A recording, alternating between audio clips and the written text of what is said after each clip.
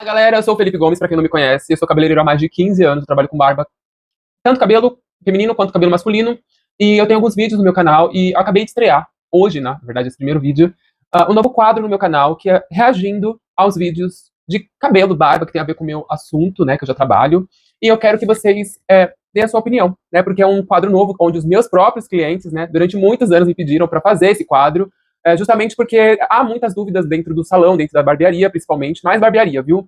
E normalmente eles acabam tendo muitas dúvidas até mesmo sobre os próprios vídeos. E eu vou pegar o primeiro vídeo que eu já acompanho de um youtuber. Eu confesso pra vocês que eu não sou muito de entrar na internet pra ficar acompanhando, porque eu trabalho bastante. Então, eu vou pegar aqui o nome do canal dele, que é Edson Castro. Acho bem bacana o estilo de vídeo que ele faz, normalmente é um sucesso, né? E por acaso entrou como primeiro reaction, e ele fez 97 cortes de cortes masculinos 2026, fazem 7 dias que ele estreou.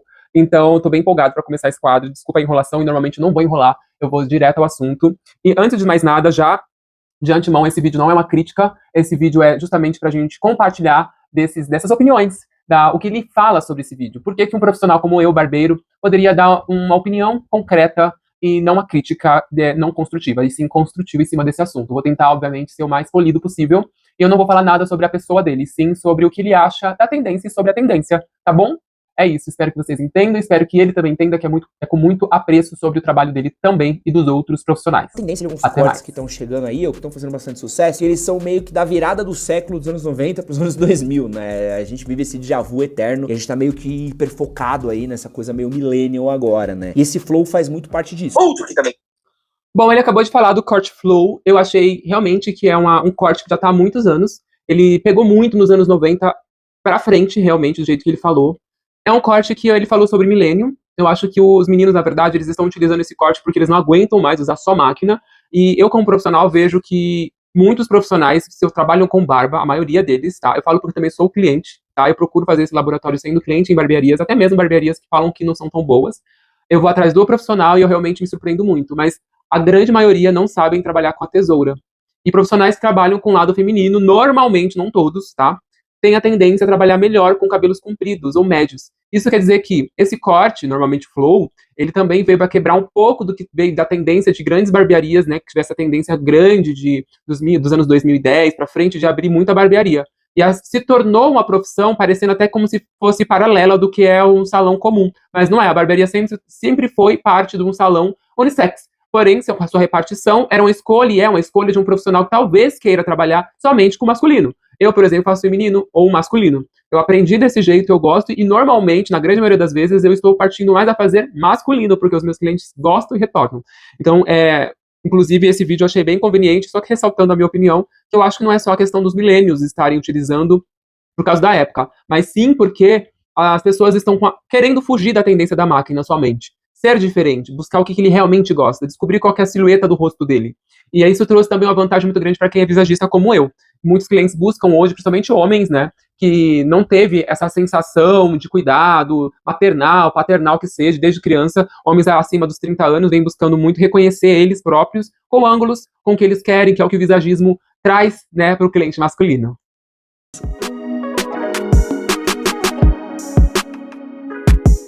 Outro que também segue na mesma linha é o middle part. O middle part é aquele corte dividido no meio, né? O corte que o Leonardo DiCaprio usava quando era mais novo, sabe? Que ele era bem... quase um cortininho aqui, que dividia aqui no meio. Esses cortes, eles costumam funcionar melhor pra quem tem cabelo liso, pra quem tem cabelo mais ondulado. E aí, basicamente, é você fazer a divisão no cabelo dividido ao meio, né? Em inglês... Ele acabou de falar do middle part. Eu acho que é um corte bem antigo. Não acho que vai pegar tanto esse ano, 2026, na minha opinião. Porque, realmente, como ele falou, tem pessoas que conseguem usar, outras que não vão conseguir usar. Na minha opinião, eu acredito que caracteriza muito o homem. Eu acho que quem já utiliza há muitos anos essa repartição, ou que é favorável, porque tem um roda-moinho que reparte, principalmente os homens com cabelo europeu, não só italiano, né, que eles falam corte italiano, mas quer dizer que é um corte de repartição europeu, até porque esse corte, ele veio justamente, tem um modelo loiro que tá aqui, ó, na frente do vídeo dele, que mostra muito bem o que é isso. Essa repartição, na verdade, ela é criada por conta do roda-moinho, que nos europeus, eles têm um cabelo denominado caucasiano. Não é o cacheado tradicional brasileiro. Óbvio que no Brasil tem muita miscigenação, então a gente vai encontrar aqui também. Mas a ideia é, eles repartem muitas das vezes, porque o próprio cabelo tem essa repartição natural. Então ele vai se tornar mais difícil se você quebrar essa repartição. Então, os homens que usam o cabelo no meio, eles têm a tendência de manter, mas eu acho que quem não tem costume, eu já tentei fazer isso também, eu como cabeleireiro, imagina, eu não consigo, gente, porque ele muda muito a fisionomia do rosto e dá trabalho pra você manter. Bater um vento, ele vai pra um lado, seu cabelo vai pra um lado, não adianta. Todo cabelo tem isso, tá? A gente chama de curtains. Esse daqui também tá bastante em alta e ele não é tão texturizado, ele não tem uma fixação tão forte como tem o flow, né? Eu sinto que esses cortes eles são um pouco da variação do corte italiano um pouquinho mais longo, né, rapaz? O corte italiano, ele chegou a fazer algum sucesso no ano passado, né? Acho que ele continua fazendo um pouco de sucesso, um pouco nessa vibe dos cortes sem degradê. Então, quero deixar a recomendação do corte italiano aqui, que é esse corte um pouco mais comprido, com as laterais um pouco mais curtas do que a parte de cima, mas mesmo assim com algumas camadas, né? Você precisa ter camadas, tamanhos diferentes de cada parte do seu fio de cabelo, mas tudo bem organizadinho, é um social um pouco mais longo quase, né? Bom, pra completar, ele falou do corte italiano, que é um cabelo comprido. Eu acho que o que ele quer dizer, pra fechar esse resumo entre cabelos compridos, não sei se vai vir mais, é dizer que o homem hoje tá querendo buscar realmente um cabelo comprido, um cabelo com personalidade, ressaltando o que eu falei sobre o visagismo. Falaram pra mim que o degradê ia morrer em 2026. A galera falou pra mim que o degradê ia morrer, que ninguém mais ia usar degradê, que o degradê já era, tal. Cadê essa galera? Isso não ia acontecer. Irmão, tu encontra degradê a rodo ainda. Vibe dos anos 90 pros anos 2000, que é o corte do Britpop. Você provavelmente que ouvia Oasis, ouvia Blur, você que gostava de rock nos anos 2000, deve lembrar daquele cabelo, que ele era meio tigelinha, sabe? Compridinho, meio tigelinha. Então esse é um corte, tinha muito argentino que usava isso daí. Você vê que às vezes alguns usam até com as costeletas mais longas, ele tem uma franja. Esse corte é muito bom pra quem quer disfarçar a entrada, ou pra quem tem a testa muito grande, né? Ele é quase um corte tigelinha, só que ele é um pouco mais comprido que o corte tigelinha, né? Não é bem um corte Beatles, né? Ele é uma variação do corte Beatles, até porque dá pra gente falar que ele é um corte Beatles que o Britpop dos anos 2000 tem inspirações muito claras nos Beatles, né? O Oasis, o Blur, fazem muita referência aos Beatles nas obras deles e falam muito sobre Beatles, etc. Bom, ele acabou de falar sobre o mood cut, e antes disso ele citou sobre o degradê, né? Que as pessoas estão polemizando, trazendo essa ideia sobre o que é certo ou errado. Eu acho que as pessoas podem ter sua opinião, assim como eu tô tendo aqui sobre o vídeo dele. Eu acho que as pessoas vão utilizar o que acham que é melhor pra ele, principalmente o público masculino, que tem sua... Vou te falar que realmente é muito diferente do feminino, já que eu trabalho com esse público, e até dou referência pras mulheres, falando que o homem ele tem muita certeza do que ele quer, e é ele dito até pela L'Oréal Professional. Eu trabalhei e trabalho muito com a Academy de L'Oréal Professional, já ministerial lá na Redken, e a gente já falava diretamente com profissionais cabeleireiros. E a gente falava que a estratégia de captação de salão, quem traz o cliente para dentro do salão realmente é o homem. A mulher, normalmente, quando ela entra dentro do salão, ela vai por partes. Desde a parte que ela entra, a recepção, se ela se decepciona com algum momento desses, ela ainda dá credibilidade. O homem não. Em 3 segundos, normalmente, o cérebro dele já sabe se vai voltar para aquele ambiente ou não, se vai voltar para aquele cabeleireiro, barbeiro ou não. Então vai depender muito mais do homem. E o que eu quero dizer com isso? Que o corte, quando o homem define que para ele o degradê é o vantajoso, é o mais prático, porque para ele a vida é mais prática, ou porque o visual dele é em primeiro lugar, ele vai se adaptar ao degradê e acabou. Eu normalmente uso degradê porque o meu cabelo demora para crescer e ele dá muito mais trabalho. Então eu também procuro trazer para minha vida, eu como profissional cabeleireiro, barbeiro, a praticidade. Então eu acho que realmente o que ele falou, que as pessoas vão falar que vai, né, deixar de ter um certo tipo de corte, principalmente a questão do degradê, gente, realmente é só realmente falas, porque nunca vai acabar. Quanto ao mood cut, eu acho um corte extremamente estiloso. Eu acredito muito que esse corte tá pegando e vai pegar ainda mais. Eu acho que essa referência em questão de bandas, essas bandas, desde o Oasis até mesmo agora o Greta Van Fleet, são bandas de jovens que trazem referências de antigas, desde uma voz até mesmo estilos, vai revoltar e trazer muito mais sobre o que é beleza e tendência. Eu acho que esse mood cut traz muito disso.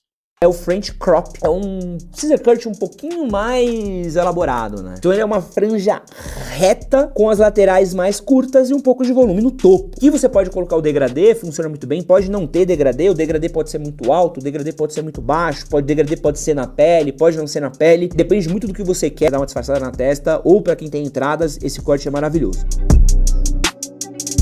Né, realmente a diferença é por causa do tamanho da testa. Olha, eu tenho uma lapa aqui. Mas eu não ligo, gente. Eu uso às vezes pra frente, pra trás, que eu ligo é praticidade mesmo. Eu acho que todo mundo pode usar o que quiser, na hora que quiser, do jeito que quiser. Porém, uma franja reta em testa pequena pode afetar diretamente não só o seu visual, mas o que as pessoas interpretam sobre você. Se você acha que trabalhar sem a opinião do outro, não faz diferença. Quando você começar a pesquisar sobre visagismo realista, né, e psicologia do visagismo, você vai entender que realmente isso pode pagar ou não suas contas, dependendo da intensidade que você queira, né. A ideia é óbvio que a gente vai ter que buscar a opinião de um profissional, porém, o profissional tem que se adaptar ao que o cliente quer, tá? Sempre é essa regra, principalmente o visagismo. A gente só vai alterar a nossa vontade de passar para vocês o nosso conhecimento se vocês aceitarem, se vocês se sentirem à vontade. Dentro do meu curso de VIP, para profissionais, de profissional para profissional, eu explico muito sobre visagismo, porque o visagismo, ele faz uma base pra gente, não é que ele é a forma de viver, é a forma mais correta de se adaptar para o cliente, não é isso. Pelo contrário, ele é uma ferramenta para a gente utilizar, né, na hora de utilizar um serviço para o cliente diretamente ou indiretamente. Então, o French Cut, ele traz muito dessa abordagem técnica, se realmente você pode usar ou não pode usar, qual que é o acréscimo, você vai usar uma franja muito reta, mas se a gente usar um repicado sobre essa franja, a linha diagonal vai trazer qual visual? Normalmente a linha diagonal traz uma suavidade para o rosto, vai trazer uma suavidade e harmonia junto a essa linha muito reta, porque as linhas retas em visagismo traz peso, traz algo sério. Então vai depender muito do que você queira passar. Eu, como profissional, indico que você converse bastante, entenda qual que é a linha de conhecimento, principalmente do seu profissional ou barbeiro. As tranças nagô também, acho que é uma tendência muito legal para usar em 2026. A trança nagô tem uma origem muito simbólica pro povo negro, é uma coisa muito cultural e é uma parada que cresce muito também. Acho que é uma parada que a gente viu diversos salões de beleza surgindo, principalmente em São Paulo, que fazem isso, que são especializados nisso, né? Acho muito interessante, gosto. E os cachos mais longos? Ele não deu muita opinião sobre tranças, né? Algo polêmico. Eu posso dar minha opinião como cabeleireiro e barbeiro. Eu não faço tranças, eu sou um homem preto. Quando eu fiz na minha cabeça, eu senti muito incômodo. Eu acho que a identidade cultural sobre a trança, eu acho lindo e perfeito, sabe assim?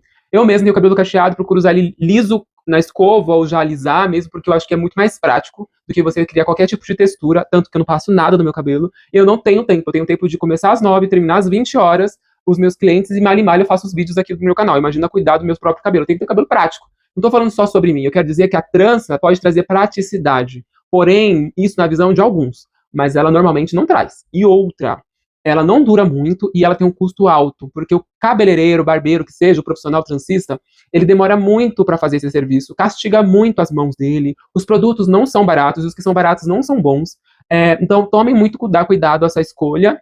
E outro detalhe importante, a questão de você lavar o cabelo e deixar a trança ali molhada, sem secar direito, gente, isso é um dos maiores fatores que apodrecem o cabelo. Não é o fato de você estar usando a trança, é o fato de você dormir com o cabelo molhado, de você não secar o cabelo.